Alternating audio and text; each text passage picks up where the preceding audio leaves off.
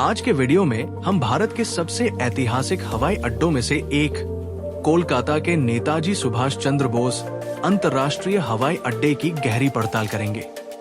ये हवाई अड्डा 6.6 किलोमीटर में फैला हुआ है, पश्चिम बंगाल का सबसे बड़ा हवाई अड्डा है और देश का छठा सबसे बड़ा हवाई अड्डा है।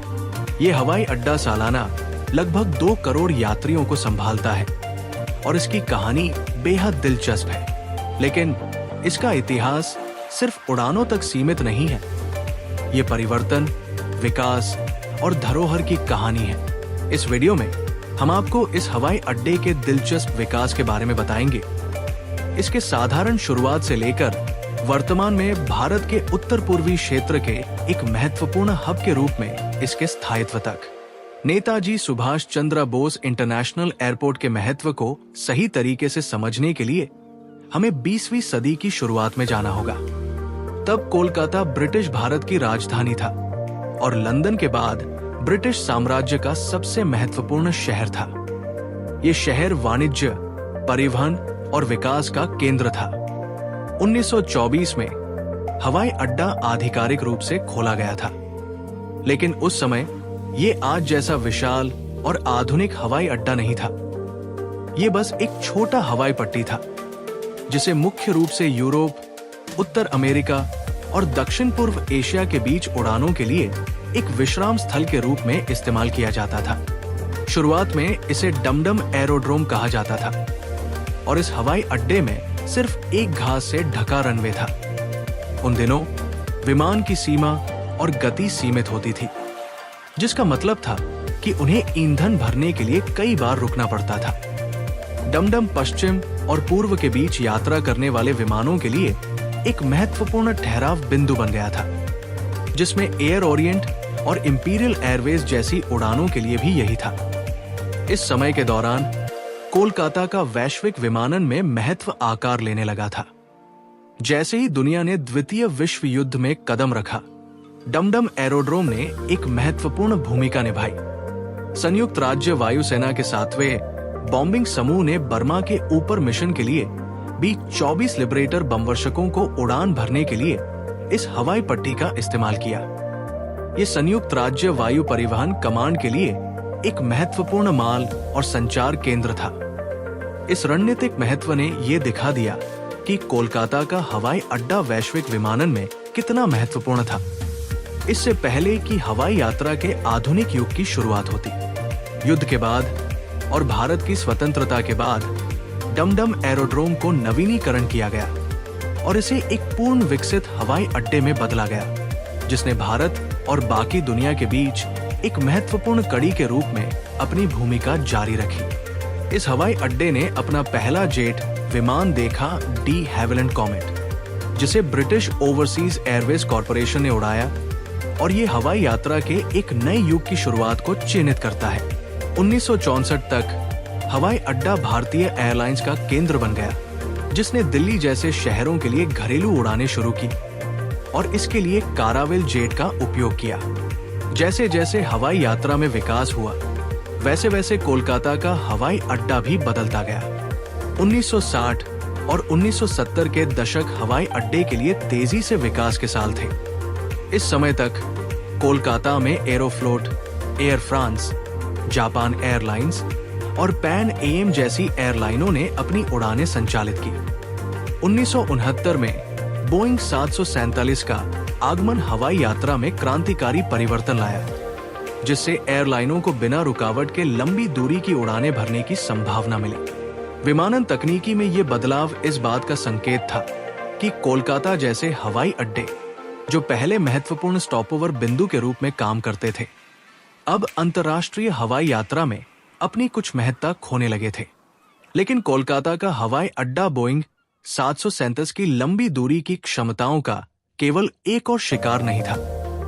दक्षिण एशिया में शहर की रणनीतिक स्थिति ने इसे क्षेत्रीय विमानन में महत्वपूर्ण बनाए रखा और 1970 के दशक के दौरान हवाई अड्डा व्यस्त बना रहा।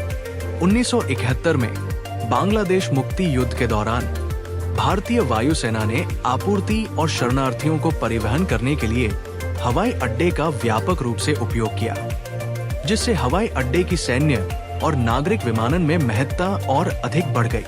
1990 का दशक भारत और कोलकाता के हवाई अड्डे के लिए एक महत्वपूर्ण मोड़ था।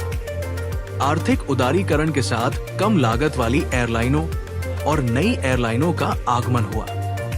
हवाई यात्रा की मांग आसमान छूने लगी, क्योंकि अधिक से अधिक भारतीय मनोरंजन, व्यवसाय और शिक्षा के लिए यात्रा करने लगे। 1995 में एक नया टर्मिनल T2 उद्घाटन किया गया, जिससे हवाई अड्डे को बढ़ती हुई यात्री संख्या को संभालने में मदद मिली। इस समय तक हवाई अड्डे का नाम पहले ही स्वतंत्रता सेनानी सुभाष चंद्र बोस के सम्मान में बदल दिया गया था। ये उनके योगदान और स्वतंत्रता संग्राम में शहर की भूमिका की श्रद्धांजलि थी। 2000 के दशक के शुरुआत में कोलकाता का हवाई अड्डा बढ़ती हुई यात्री संख्या से निपटने में सक्षम नहीं था।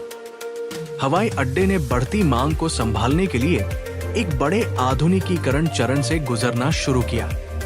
रनवे का विस्तार किया गया, नए टैक्सीवे बनाए गए और हवाई अड्डे की टर्मिनल सुविधाओं में सुधार किया गया। 1990 के दशक में खोला गया T2 फिर से विकसित किया गया और एक नया अंतर्राष्ट्रीय टर्मिनल बनाया गया। 2013 में हवाई अड्डे को एयरपोर्ट काउंसिल इंटरनेशनल द्वारा एशिया प्रशांत क्षेत्र के सबसे बेहतर सुधारित हवाई अड्डों में से एक के रूप में मान्यता प्राप्त हुई। हवाई अड्डे में यात्री संख्या में तेजी से वृद्धि हुई, जिससे दक्षिण पूर्व एशिया, मध्य पूर्व और उससे आगे के अंतर्राष्ट्रीय गंतव्यों के साथ संपर्क बढ़ा। हवाई अड्डे की बुनियादी ढांचे का विकास यहाँ तक सीमित नहीं था। ये स्पष्ट था कि कोलकाता का हवाई अड्डा भारतीय विमानन क्षेत्र में एक महत्वपूर्ण खिलाड़ी बनता जा रहा था। लेकिन भविष्य में क्या है? फिलहाल कोलकाता का हवाई अड्डा अपनी पूरी क्षमता पर काम कर रहा है और ये स्पष्ट है कि विस्तार की योजना बनाई जा रही है। हवाई अड्डे का आकार और भी बड़ा होने वाला है, जिसमें तीसरे टर्मिनल T3 के निर्माण की योजना है, जिससे यात्री क्षमता को प्रति वर्ष 40 मिलियन तक बढ़ाया जाएगा।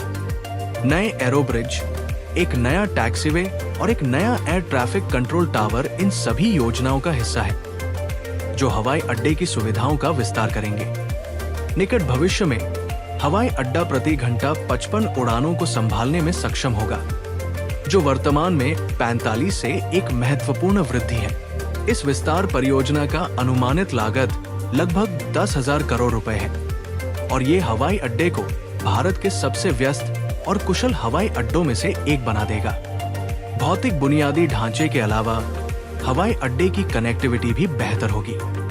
कोलकाता मेट्रो को हवाई अड्डे तक विस्तारित किया जा रहा है, जिसमें नया ऑरेंज लाइन हवाई अड्डे को शहर के केंद्र से जोड़ने के लिए बनाया जाएगा, जिससे यात्रियों के लिए हवाई अड्डे तक आना जाना आसान होगा। ये कोलकाता के परिवहन नेटवर्क को अधिक प्रभावी बनाने की एक बड़ी योजना का हिस्सा है और ये हवाई अड्डे के यात्रियों के लिए एक गेम चेंजर साबित होगा। कोलकाता का हवाई अड्डा केवल एक परिवहन हब नहीं है, ये शहर के पूर्वी भारत के गेटवे के रूप में भूमिका से गहरे रूप से जुड़ा हुआ है। ये हवाई अड्डा न केवल कोलकाता के लोगों की सेवा करता है, बल्कि इसके आसपास के बिहार, झारखंड, ओडिशा और अन्य राज्यों से आने वाले लोगों की भी सेवा करता है। बांग्लादेश, म्यांमार और अन्य दक्षिण पूर्व एशियाई देशों से भी लोग अंतर्राष्ट्रीय यात्रा के लिए कोलकाता के हवाई अड्डे पर निर्भर करते हैं। शहर की रणनीतिक महत्वता मेडिकल टूरिज्म के बढ़ने के साथ और भी बढ़ गई है, क्योंकि BM Birla heart research centre और फोर्टिस अस्पताल जैसे विश्व स्तरीय अस्पताल पूरे क्षेत्र से मरीजों को आकर्षित करते हैं। हवाई अड्डा इन मरीजों के लिए एक प्रमुख प्रवेश बिंदु के रूप में कार्य करता है। इसके अलावा कोलकाता एक शिक्षा हब बनता जा रहा है, जहां जादवपुर विश्वविद्यालय और कोलकाता विश्वविद्यालय जैसे प्रमुख विश्वविद्यालय विदेशी छात्रों को आकर्षित कर रहे हैं, जिनमें से कई हवाई अड्डे का उपयोग शहर में प्रवेश के लिए करते हैं। जैसे जैसे कोलकाता का हवाई अड्डा बढ़ता जा रहा है, पश्चिम बंगाल सरकार ने हवाई यात्रा की बढ़ती मांग को पूरा करने के लिए नए हवाई अड्डों का निर्माण योजना बनाई है। इनमें से एक सबसे रोमांचक विकास कल्याणी हवाई अड्डा है, जो शहर से 50 किलोमीटर उत्तर में स्थित है और 2030 तक खुलने की उम्मीद है।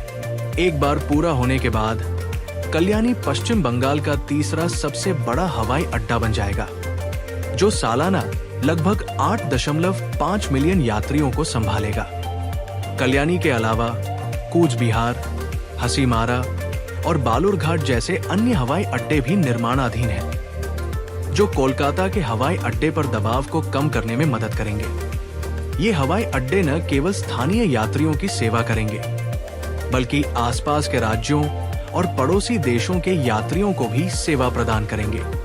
कोलकाता का नेताजी सुभाष चंद्र बोस अंतर्राष्ट्रीय हवाई अड्डा केवल एक परिवहन केंद्र नहीं है, ये शहर के परिवर्तन और वैश्विक अर्थव्यवस्था में उसकी बढ़ती महत्ता का प्रतीक है। डमडम एरोड्रोम के रूप में अपनी विनम्र शुरुआत से लेकर भारत के सबसे व्यस्त हवाई अड्डों में से एक बनने तक, इस हवाई अड्डे की यात्रा शहर के अपने विकास को दर्शाती है। अपनी विस्तार योजनाओं और बढ़ती कनेक्टिविटी के साथ कोलकाता का हवाई अड्डा भविष्य के लिए तैयार है। अगर आपको कोलकाता के हवाई अड्डे के दिलचस्प इतिहास और भविष्य के बारे में जानकर अच्छा लगा, तो कृपया लाइक, शेयर और सब्सक्राइब करना न भूलें। ऐसा और कंटेंट देखने के लिए धन्यवाद।